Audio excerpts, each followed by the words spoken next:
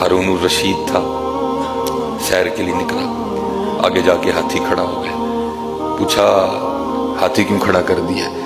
عرض کی حضور آگے سڑک میں حضرت بہلول بیٹھے ہیں۔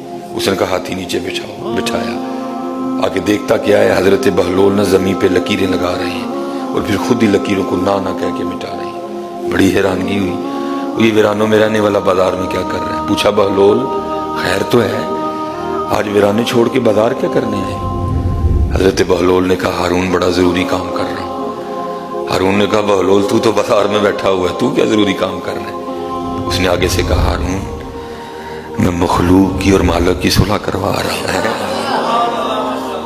رمضان ہے اس لیے آیا کہ صلح کرنی، یہ رمضان کی بھی بدماشی کرنی ہے۔ ہاں حضرت ابھی ہمارا کوئی صلح والا موڈ نہیں نظر آ رہا مجھے، ابھی ہم بدماشی پہ اترے ہوئے ہیں، صلح کرو یار۔